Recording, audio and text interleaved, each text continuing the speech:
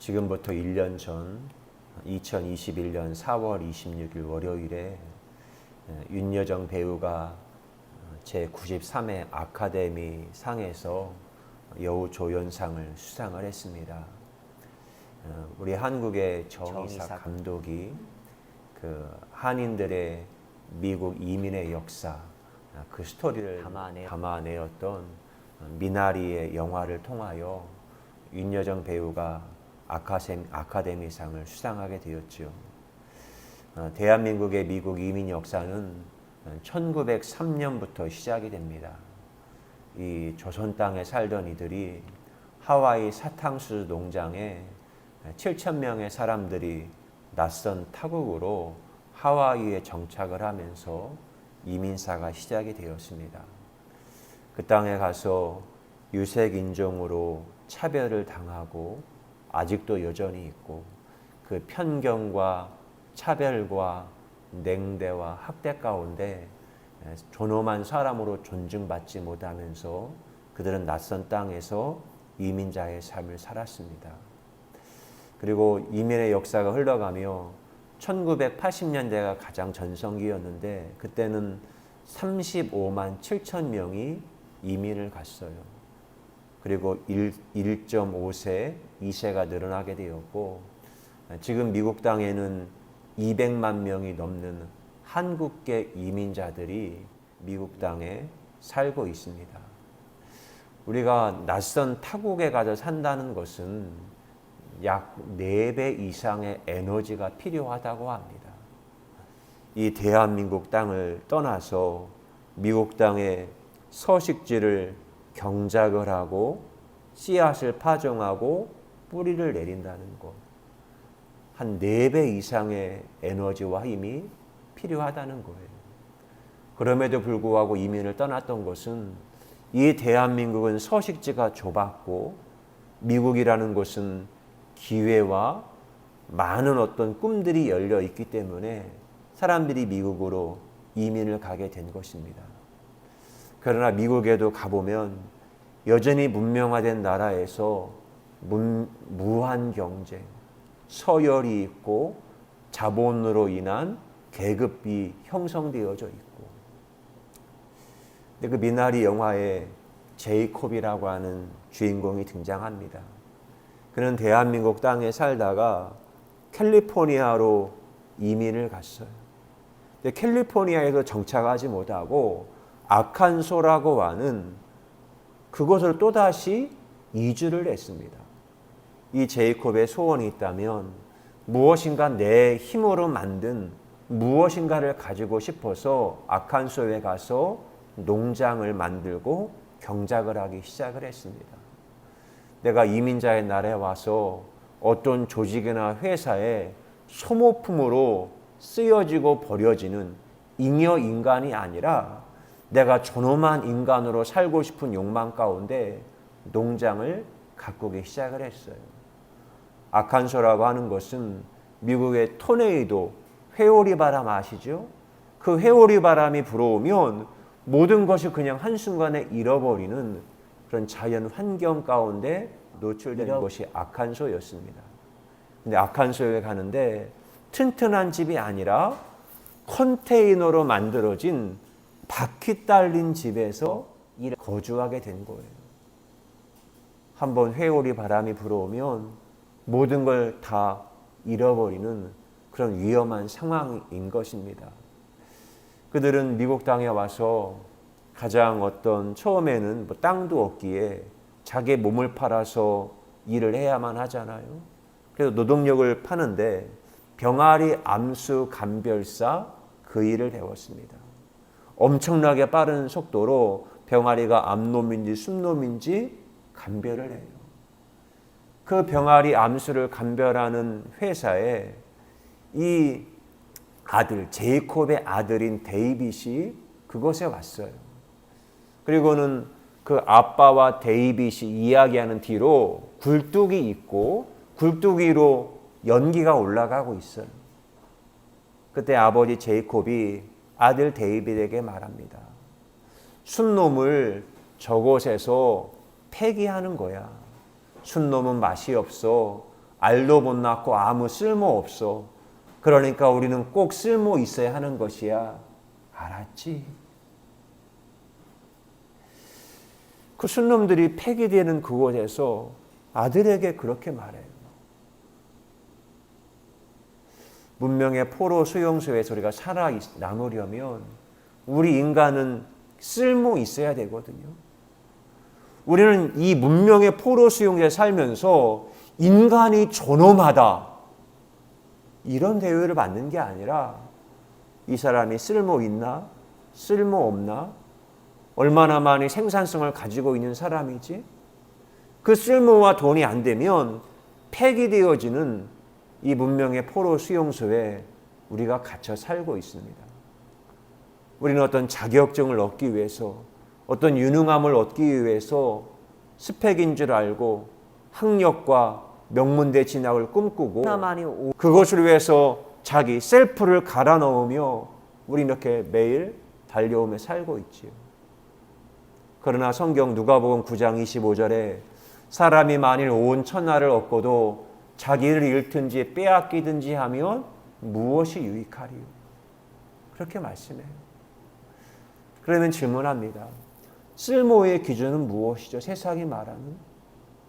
그런데 이런 질문을 드린 이유는 세상에 너무나 많이 오염이 되어 있어요. 여러분, 무엇인가가 오염이 되면 그 본성의 성질을 상실합니다. 만약에 여러분 컵 안에 물이 있는데 여기에 다른 어떤 것이 들어오면 이 생수는 오염이 되어져 버려요. 근데 오염이 되면 이건 쓸모의 문제가 아니라 정체성을 상실해 버립니다. 이런 우화적인 이야기가 있어요. 때로는 왜 사람들이 우화적인 이야기를 만들어내냐면 우리 인간들의 시선만으로는 인간들이 어떤 문제와 어떤 굴레에 빠져 있는지를 인간들은 인식하지를 못해요. 인간들이 얼마나 비참한 삶을 사는지를 모르기 때문에 때로는 이솝우화, 동물들의 이야기를 통해서 인간들이 얼마나 우둔한지를 깨우치는 겁니다. 탐욕과 인간이 중독되어 있기에 그들을 깨우치기 위해서 우화적인 이야기를 만드는 거예요. 어느 동물 농장에 세 종류의 그 학생들이 너무 학교를 다녔습니다. 굉장히 특수 목적 동물 농장이었어요. 거기에 참새가 있었고 토끼가 있었고 오리가 그 동물 농장의 특수 교육 학교에 입학을 해서, 근데 그들은 수업 받을 때 하루에 한 과목씩 배웁니다. 첫날을 갔더니 음악 시간이에요. 음악 시간이 됐더니 참새가 너무 탁월하게 아름답게 짹짹짹짹 하면서요 노래 시간을 완전 장악을 하는 거예요. 둘째 날 교과목은 수영이었습니다. 그랬더니 오리는 물을 만났어요. 수영 가기 얼마나 재밌는지 너무 즐겁게 놀았죠. 근데 수영 시간에 토끼는 너무나 스트레스를 받는 거예요. 토끼 엄마가 그 토끼가 하루 종일 고생했다는 그 사실을 깨닫고는 야, 안 되겠다. 우리가 오리를 따라잡기 위해서, 오리는 저렇게 수영을 잘하는데 야, 이번 겨울방학 때 오리를 따라잡기 위해서 우리가 호주로 갔어. 호주는 한국이 겨울일 때 거긴 여름이니까 호주에 가서 수영 특강 교육을 전지훈련을 받고 오도록 하자. 그게 갔다 왔네요. 그리고 셋째 날 과목에는 눈 오는 날 산등성이를 누가 빨리 올라가는가라는 과목이었어요. 토끼가 신이 나죠. 오리는 스트레스를 받아요. 오리 엄마가 너무 지는 것이 너무 안타까웠고 힘들어서 안 되겠다 싶어서 자기 새끼 오리를 잡습니다. 이번 겨울에는 우리가 알래스카로 원정을 가도록 하자. 알래스카 눈밭에 가서 우리가 얼마나 빠르게 달리는지 우리 오리가 알래스카에 가서 연습하고 오도록 하자. 근데 그렇게 누군가를 따라잡으려고 하면서부터 존재들은요, 불행이 시작이 찾아옵니다. 이런 자연에 있는 모든 생명체들은 각기 자기만의 고유한 개성과 재능과 고유성, 그걸 본성이라고 하거든요. 모든 생명체들은 자기만의 고유한 본성을 가지고 살고 있어요. 그리고 식물들, 꽃들을 오늘 오면서 피는 시절을 이야기했잖아요. 이 팝나무가 언제 꽃이 피고 밤나무가 언제 꽃이 피고 아카시아는 언제 꽃이 피는지 다른 꽃들과 벚꽃들과 먼저 피겠다고 경쟁하지 않아요. 자기들의 시와 때를 따라서 그들은 자기의 본성대로 꽃을 피우는 거예요.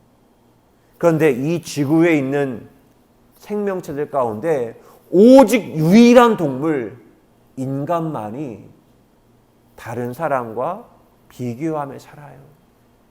타인들과 비교하며 사네요. 근데 비교하면서 사람들이 불행해지는 것입니다. 저 자신도 비교해서 남들보다 조금 더 빠르게 가기 위해서 한 단계 앞, 한 단계 위로 올라가기 위해서 설국열차에 탑승하고 피라미드에 올라가려고 했던 것이 저의 삶의 모습이었거든요. 제가 설국열차에 탑승했을 때는 그것이 잘못된 줄도 몰랐어요. 오로지 한 칸 앞으로 가는 것이 제 인생의 목표였거든요. 근데 설국열차를 벗어나고 나니 그게 보여지기 시작하네요. 그리고 건강하고 행복한 사람은 누군가 보면 인간의 본성을 따라 사는 사람들이 행복한 사람들이더라고요. 그럼 인간의 본성대로 산다? 이렇게 말하면 이것도 우리 관념이기 때문에 잘 이해하지 못해요. 그래서 예를 들어 설명합니다. 여러분, 우리가 자동차가 있습니다. 이런 자동차는 자동차의 본성이 있어요. 자동차는 왜 만들었죠? 누가 어떤 의도를 가지고 자동차를 만들었을까요? 그게 여러분 본성 아니겠습니까? 사람들이 탑승을 하고 짐을 거기에다 싣고 좀 더 빠른 속도로 조금 덜 힘들여서 무엇인가를 이동시키기 위해서 자동차를 만들었어요. 그죠? 나머지에 추가되는 모든 것들은 다 옵션입니다. 옵션이에요. 기능은 옮기는 그런 거예요. 근데 요즘에는 사람들이 자동차, 승용차로 한정지어 말하면 승용차가 커지고 속도가 높아지고 화려해지고 값비싸졌어요. 왜 그런 것들이 있을까요? 요즘 사람들이 재밌는 이야기 하더라고요. 자동차를 선택하는 기준이 승차감. 승차감은 자기 본능 아닙니까? 내가 이 자동차를 탔을 때, 이동할 때 얼마나 편안하게 이동을 할 수 있는지. 그게 자기 욕망이 승차감이에요. 근데 사람들이 비싼 차, 고급차, 외제차를 탑승하는 이유가 승차감보다 더 좋은 느낌을 사람들이 얻는데요. 그것은 하차감이랍니다. 하차감. 내가 고급차에서 내릴 때 타인의 시선들, 그 온도들,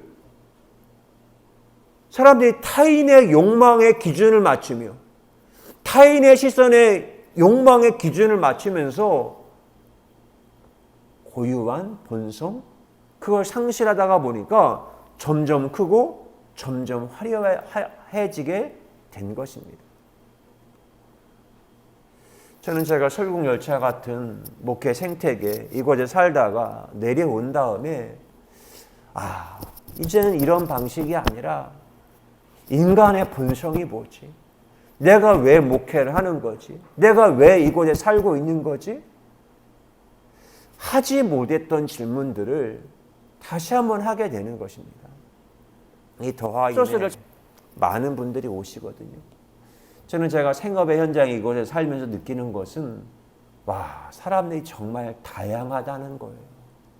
입맛이 얼마나 다른지. 맵기, 짜기, 구분하는 거, 싱겁고 이게요. 사람들마다 다 달라요. 그 식감, 맛보는 것들이. 저는 그들의 요구에 맞춰지면 저희가 생존할 줄 알았거든요.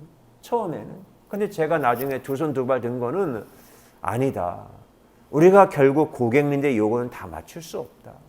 우리들의 고유한 맛을 더욱더 고유하게 만들고 그리고 이 맛을 즐기는 사람들이 오면 되는 거다.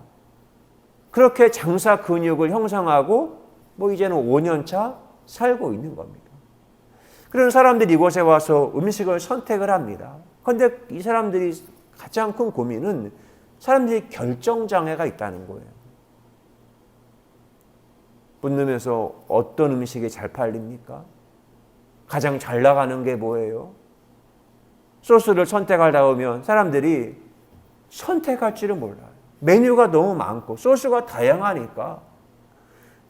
그러다가 느끼는 것은 내 입맛, 내 혀가 어떤 맛을 좋아하는지, 담백한 맛, 신맛, 상큼한 맛, 단맛, 저칼로리, 내 혀와 내 몸이 어떤 맛을 좋아하는지 사람들은 그 사실을 알지 못해요. 분간하지도 못해요. 과거에 양파 드레싱 먹었으면 오늘 또 양파 드레싱. 내가 어디 가서 오리엔탈 맛있더니 그러면 계속 오리엔탈.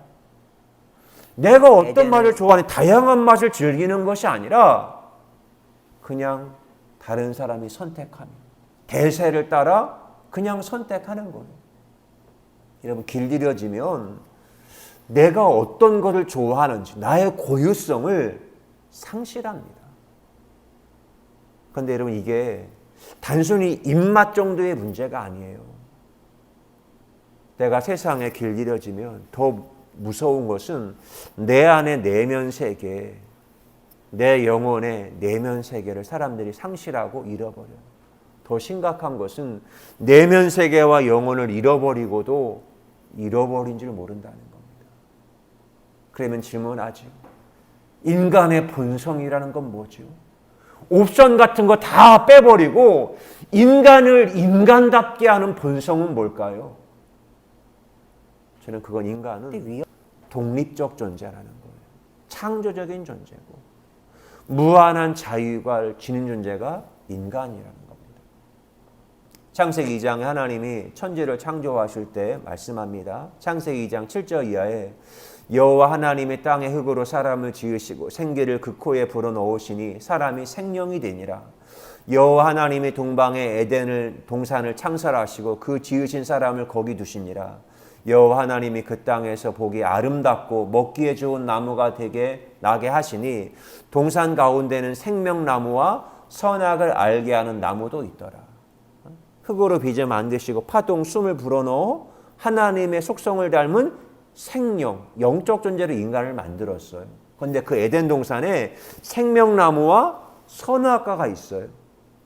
여호와 하나님이 그 사람을 이끌어 에덴 동산에 두어 그것을 경작하며 지키게 하시고 여호와 하나님이 그 사람에게 명하여 이르시되 동산 각종 나무의 열매는 내가 임의로 먹되 선악을 알게 하는 나무의 열매는 먹지 말라. 내가 먹는 날에는 반드시 죽으리라 하시니라. 이게 하나님이 우리 인간을 만드신 원리예요. 근데 여기 보면 인간이 어떤 고유성을 지닌 존재가 창세기 2장에 나와 있어요. 하나님의 생기를 불어넣었어요. 이야기인데 근데 위험성이 있지만 에덴 동산에 선악과가 있어요. 선악과를 인간이 아담과 하와가 먹을 수도 있고 먹지 않을 수도 있어요. 그것은 인간에게 무한한 자유와 선택의 기회가 보장되어 있다는 겁니다. 우리는 그런 질문하죠. 아담이 하와가 먹을 줄 알면서 그렇다면 만들지 말았어야지 왜 하나님이 선악과를 만들어 인간을 이토록 고통스럽게 한 거냐고. 근데 왜 하나님이 인간에게 자유를 주신 거죠? 그것은 하나님이 우리 인간에게 하나를 원해요. 그건 사랑입니다. 사랑. 하나님 우리 인간에게 사랑을 받기 원하신 거예요. 이런 자유가 없는 사랑을 알고는 사랑이 아니에요. 자유가 있을 때 사랑이 온전해지는 겁니다. 여러분 인간이 가장 고유한 인간의 본성, 고유성, 존엄은 무엇이냐면 자유와 사랑입니다. 인간이 자유와 사랑을 잃으면 인간의 고유성, 본성을 상실한 거예요. 여러분 저에게 자유가 필요한 이유는 다른 거 없어요. 저에게 자유가 필요한 이유는 사랑을 위해서 자기 사랑을 찾아가기 위해서 자유가 필요한 겁니다. 이반 투르게네프가 무무라는 소설을 썼거든요. 러시아가 그 농노제도가 있던 시대 때 이야기인데 노예와 주인의 이야기를 하는 거예요. 노예는 타인이 시키는 걸 하는 사람이고 주인은 내가 원하는 걸 하는 사람이 주인입니다. 거기에 게라심이라는 농노, 조그만 노예가 등장을 합니다. 그 영지 땅 안에서 주인이 할머니가 귀족 할머니가 시키는 일을 게라심은 노예로서 성실히 감당하는 거예요. 그런데 그 농로 영주 그 땅 안에서 게라심이 어느 한 여인을 사랑하게 되었어요. 어느 한 여인을 사랑하면 마음이 쏠리잖아요. 시간을 주고 마음을 주고. 근데 귀족 할머니가 보니까 얘가 사랑에 빠지더니 일을 제대로 안 해요. 우리가 무엇인가에 홀리고 몰입이 되게 되면 내가 하던 일을 제대로 할 수가 없어요. 왜? 마음이 그리로 자꾸 가니까. 귀족 할머니가 그걸 알고는 게라심이 사랑하던 여인을 다른 곳으로 시집을 보내요. 게라심이 얼마나 충격과 멘붕에 빠집니까? 나는 사랑한 것밖에 없는데 나는 사랑하는 여인을 잃어버렸어요. 내가 농노의 신분이기 때문에. 그제서야 알죠. 내가 누군가 인간을 사랑할 자격이 내게는 없구나.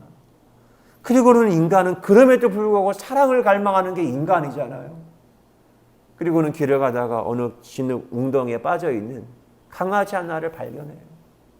그리고는 내가 사람을 사랑할 자격이 없기에 내가 이제는 이 강아지라도 사랑을 해야지 하면서 그 강아지를 돌봐줘요. 자기 처지와 비슷했으니까 거기에 감정이 몰입도 잘 되고 그리고는 그 강아지를 잘 돌봐주네요. 근데 귀족 할머니, 주인의 입장에 보면 게라심이 강아지에게 마음 쓰는 것도 허용이 안 돼요. 네가 지금 강아지에게 마음을 쓸 때냐? 농장하는 이 일을 잘해야지. 그래서 다른 노예를 시켜서 게라심이 돌보는 음주 강아지 빼앗아서 죽이려고 합니다. 게라심이 됐다고 내가 알아서 죽일 테니까 좀 내버려 달라고. 그리고는 강아지가 좋아하는 음식을 먹이고 태우고는 돌에 묶어서 강아지를 물웅덩이에다가 던집니다. 근데 그날 게라심은 귀족 할머니를 떠나서 도망갑니다. 도망을 가요. 왜 도망을 갈까요? 내가 이 할머니, 이 제도에 묶여 있고는 내가 사랑하는 것을 온전히 사랑할 수 없다. 그 사실을 깨달았기에 그는 도망가는 거예요. 이러면 우리 인간이 선악과를 따먹고 난 다음에 인간이 겪은 가장 큰 고통, 죄의 싹슨, 죄의 형벌은 내가 사랑할 수 없다는 거예요. 자유를 상실했기에. 죄를 짓는 순간 죄의 노예가 되고 죄의 언어가 육체를 잠식하는 그 순간에 나는 온전한 사랑을 찾아갈 수가 없습니다. 이런 자유와 사랑, 그리고 이 자유와 사랑과 아름다움, 저는 이건 다 동의어입니다. 자유는 사랑이고 자유는 사랑할 자유를 얻는 거고 그리고 그때 인간은 아름다워져. 하나님이 보시기에 아름다웠다 말하잖아요. 천지 창조하실 때마다 보시기에 심히 아름다웠다라고 말씀하잖아요. 근데 이 아름다움을 얻기 위해서 엄청난 대가를 지불이 필요한 겁니다. 예수님이 이 땅에 오신 이유도 그 죄의 대가를 해결하게 오신 거거든요. 최근에 이상한 나라 수학자라는 영화를 봤어요. 그게 되게 감동이더라고요. 거기에 주인공 지유가 등장한 고등학교 1학년생. 그는 어렸을 때 아버지가 그 음주 운전자에 치여서 아버지가 어렸을 때 세상을 떠나게 되었어요. 그런 사회적 배려 대상자 전형. 중학교 때 열심히 공부를 했거든요. 그래서 우리나라 최고 상위 0.1%가 들어가는 고등학교에 입학을 했어요. 사회적 배려 대상자 전형으로. 근데 문제는 고등학교에 가서는 자기 열심히 공부해가지고는 거기서 내신 성적이 나오지를 않는 겁니다. 다른 아이들은 뭐 대치동 가서 늘 수업을 받고 오니까 올라가지가 않아요. 근데 그 학교의 수위였던 인민군이라고 불리었던 북한에서 내려온 탈북자인데 그 사람을 만났는데 그 사람이 엄청난 수학 실력자임을 알게 되었고 나중에 밝혀지는 것은 서로 이 땅에 리만 가설이라고 그거를 풀고 증명해낸 세계적인 수학자였다는 것을 알게 돼요. 그 리만 가설을 풀면 우리가 뭐 컴퓨터 해킹, 뭐 은행 비번, 암호 모든 걸 다 순식간에 풀 수가 있는 거예요. 그래서 나중에 공부하는 과정 가운데 질문해요. 아저씨, 선생님은 어떻게 이 수학의 길을 가게 됐냐고. 어떻게 이 수학자가 되었냐고. 정말 이 수학이 어려운 길인데. 그때 이 학생이 말하죠. 인생이 얼마나 복잡한지 알게 되면 수학이 단순하다는 것을 알게 될 것이다. 아저씨는 처음부터 알았어요. 왜 이런 것을 공부했어요? 장학금 받아 먹으려고 공부했지. 아, 완전히 현실적이시네요. 다른 동무들보다 앞서고 싶었고 가정 형편상 꼭 그래야만 했지. 그런데 시작은 장학금을 얻기 위해서 공부했지만 계속 하게 된 데는 다른 이유가 있어. 시작은 동기가 그랬지만 계속 그 일을 향해서 반복적인 행동의 루틴, 어려운 난관을 극복하고 끊임없이 수학의 길을 걸어간 데에는 그걸 이끄는 동기가 있었다는 거예요. 지유가 궁금해 물어요. 그게 뭔데요? 아름답지 않네? 뭐가요? 이 학생이 분필을 가지고 칠판에 서서 지우에게 설명하는 거예요. 자연 상수다. 모든 늘어뜨리는 줄은 이것들로 표현할 수 있지. 파이, 원주율이다. 상상의 수, 허수. 우리의 자연수 1과 없음을 구현하기 위해 존재하는 역설의 숫자 0. 이렇게 전혀 관계가 없어 보이는 숫자들이 서로 연결이 된다. 자연 상수의 파이에 허수로 제곱을 했는데 어째서 0이라는 실수로 딱 떨어지냐?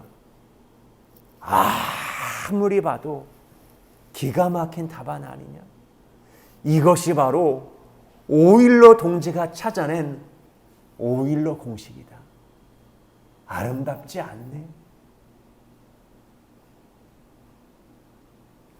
너무 간단해서 말하는데 지우는 눈만 그냥 껌뻑껌뻑거리는 거죠. 아니네. 아름답지 않네.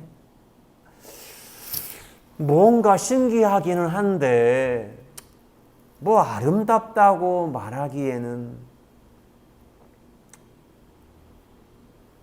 그래서 한 번은 그 지유가 같은 동료 여자인 보람이가 왔을 때 그 아이들 데리고 그 피아노가 있는 곳에 가서 뭔가를 보여주기 위해서 가는 거예요. 아이들은 말이야. 수학이랑 피아노랑 무슨 상관이야? 내가 본때를 한번 보여주겠어. 보라오. 여기 도가 1, 레가 2, 미는 3. 이런 식으로 나가는 거야. 내가 숫자를 연주할 테니까 보람이 네가 반주를 해보라고. 어떻게 되는지. 보람이 고개를 끄덕거려요. 그리고 피아노 연주가 시작이 돼요.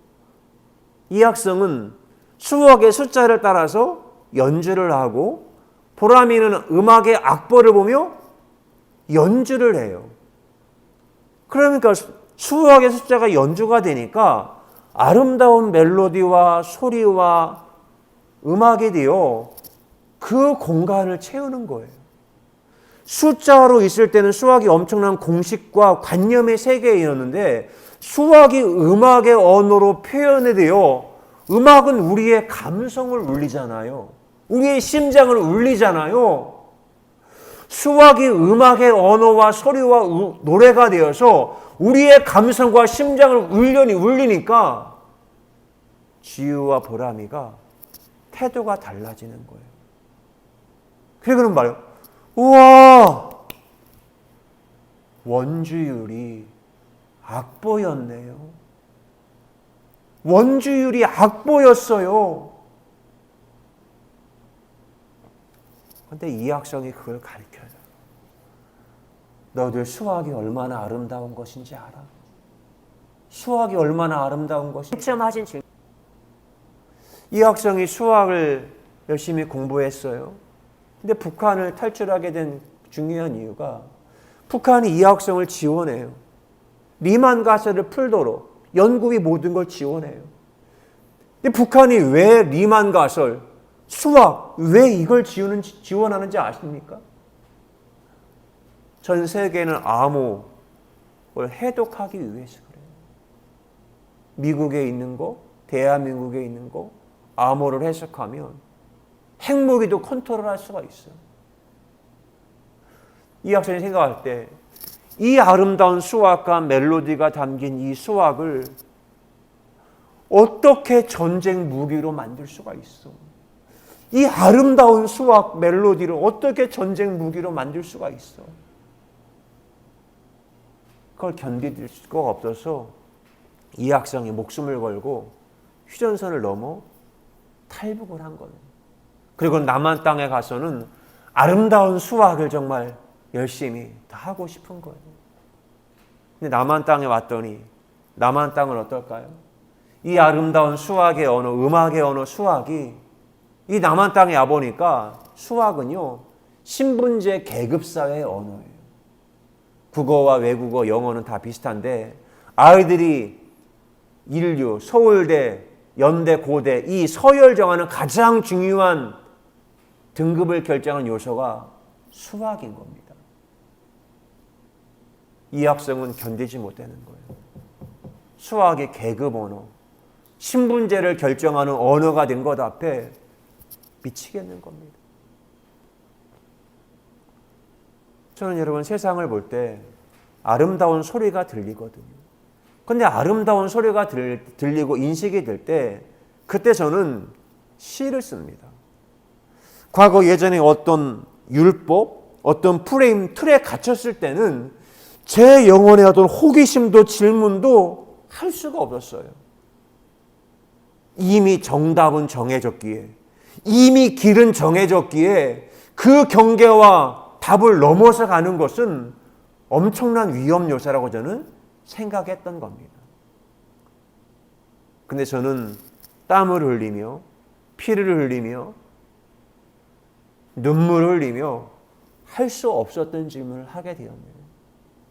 그리고 주님도 이 땅에 오셔서 맨 처음 하신 질문이 무엇이었습니까? 회개하라, 하나님의 나라가 가까이 왔다. 성서에 하나님의 나라 바실레리아는 질서를 말해요. 새로운 질서가 이 땅에 왔다. 새로운 질서를 너희들이 읽을 수 있어야 한다라고 말하는 겁니다. 요한복음 8장에 가늠하던 현장에 붙잡힌 여인이 끌려왔어요. 모세를 뽑은 이 사람을 돌로 쳐 죽이라고 합니다. 여러분 그때 당시의 질서는 유대교, 율법이 모든 관념과 세계를 지배하고 있었던 그러한 때였습니다. 그런데 예수님은 그것을 벗어나서 새로운 질문을 던지는 거예요. 새로운 순서로 질문하게 하는 겁니다. 저는 새로운 질문을 우주 가운데 자연 가운데 하게 되다 보니 이제는 사물이 말하는 언어들 크게 들려요.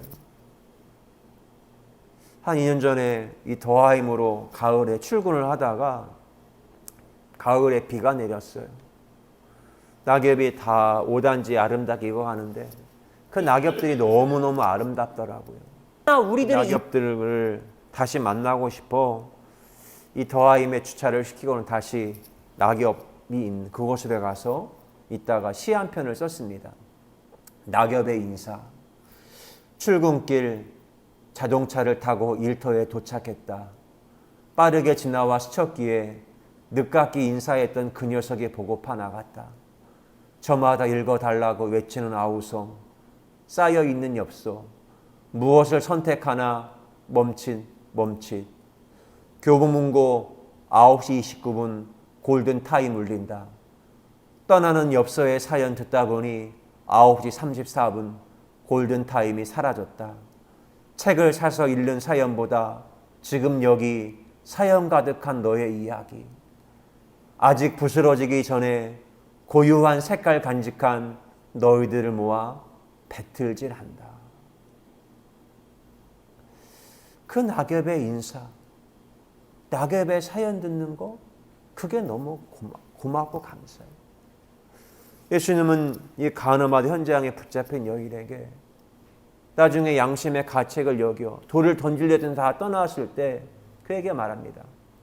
예수께서 일어나서 여자 외에 아무도 없는 것을 보시고 이르시되 여자여 너를 고발하던 그들이 어디 있느냐? 너를 정죄한 자가 없느냐? 대답하되 주여 없나이다. 예수께서 이르시되 나도 너를 정죄하지 아니하노니 가서 다시는 죄를 범하지 말라 하시니라. 자유를 줘요. 저는 성서에 너무 많은 과도한 에너지와 힘이 들어가 있다 생각하거든요. 소설가 김영하 작가가 자기의 소설문이 중학교인가 고등학교 교과서에 올려졌을 때 그걸 빼달라고 서신을 보냈다고 합니다. 자기의 어떤 작품들이 전체가 기록되는 것도 아니고 단편 소설인데 한 단락 한 문맥이 올라가 있다는 게 자기는 너무 고통이에요. 그리고 그 소설 가운데 얼마나 학생이 다양한 해석과 상상력과 숨을 불어넣어 다양한 해석이 가능한데 이것만이 답이다라고 규정하고 시험 출제되는 것이 김영하 작가에게는 견딜 수가 없는 거예요. 그리고 작가들이 말하더라. 정호성 시인도 말하더라고. 작가들이 시와 소설을 쓰고는 있지만 쓰여지고 나고 출간이 되고 난 다음에는 이 시와 소설과 작품은 온전히 독자들의 몫이다. 어떤 답이라는 게 없다.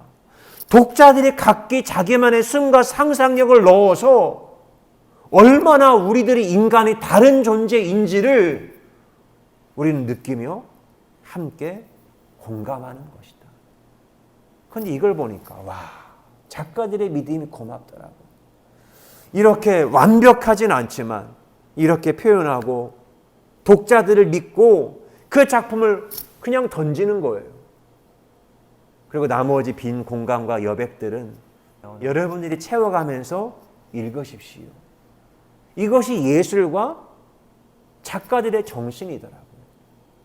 근데 저는 그걸 아니까 하나님이 온 천지 만물을 지금도 만드셨잖아요. 그러니까 모든 빈 공간마다 저는 저의 숨을 불어넣어서 상상하고 연결시키는 이 재미가 너무 좋아요. 지난 월요일에 당진에 있는 아미미술관을 갔어요. 아미미술관에 어느 작가가 교실 한 공간에다가 깃털도 있고 파란색의 색칠을 하고 파란색의 벤치를 만들어 놓고 파란색의 옷을 입은 한 소녀가 파란 나비를 날리는 그걸 이렇게 한 교실 공간에다가 만들어 놨어요. 작가가 어떤 의도로 이런 걸 해놓았을까? 그리고는 돌아와서 곰곰이 한번 숨 쉬는 거죠. 숨 쉬다가 쓴 시입니다. 아미의 숨. 깃털을 남겨두고 떠난 그대, 바람이 불 때 그리움에 숨을 쉬네. 알마가 온 줄 모를까봐 세상을 파란으로 색칠하여 삶 너머를 상상하게 하지. 청청한 바람이 몸을 울릴 때 영원의 날개를 펴니 파란이 저절로 일어나 춤을 추네. 소녀의 기도, 파란 나비, 햇살 품은 빈 의자, 흔들리는 몸짓, 바람인가 깃털인가. 기도합니다. 좋으신 하나님 고맙습니다. 오늘도 이 빈 우주 공간 가운데 하나님이 섭리하고 운행하시며 일단 우리를 사랑하사 빈 캔버스, 빈 무덤을, 빈 시공간을 날마다 선물로 허락하시는 하나님의 사랑에 감사합니다. 그 빈 시공간 가운데 하나님이 우리에게 허락되어진 그 성령, 우리가 고요한 숨을 불어넣어 이 시공간을 아름답게 경작하는 예배자와 예술인으로 하나님이 저희를 하루하루 재창조해 가시는 하나님의 경륜을 찬송합니다. 오늘 허락되어진 삶 가운데 하나님의 숨을 느끼게 하시고 더 깊이 하나님의 숨과 함께 파동의 춤을 추며 이 세상을 디자인하는 예술인 예배자 되게 하신 것 고맙습니다. 사랑합니다. 예수 그리스도의 이름으로 기도드리옵나이다. 아멘. 우리가 이 땅을 살며 세상이 너무나 선악과에 오염되어져 있습니다. 부조리한 세상에서 태어났고 부조리한 세상에서 길들여지다 보니 우리는 참된 진리에게서 점점 멀어지고 있는 줄도 모릅니다.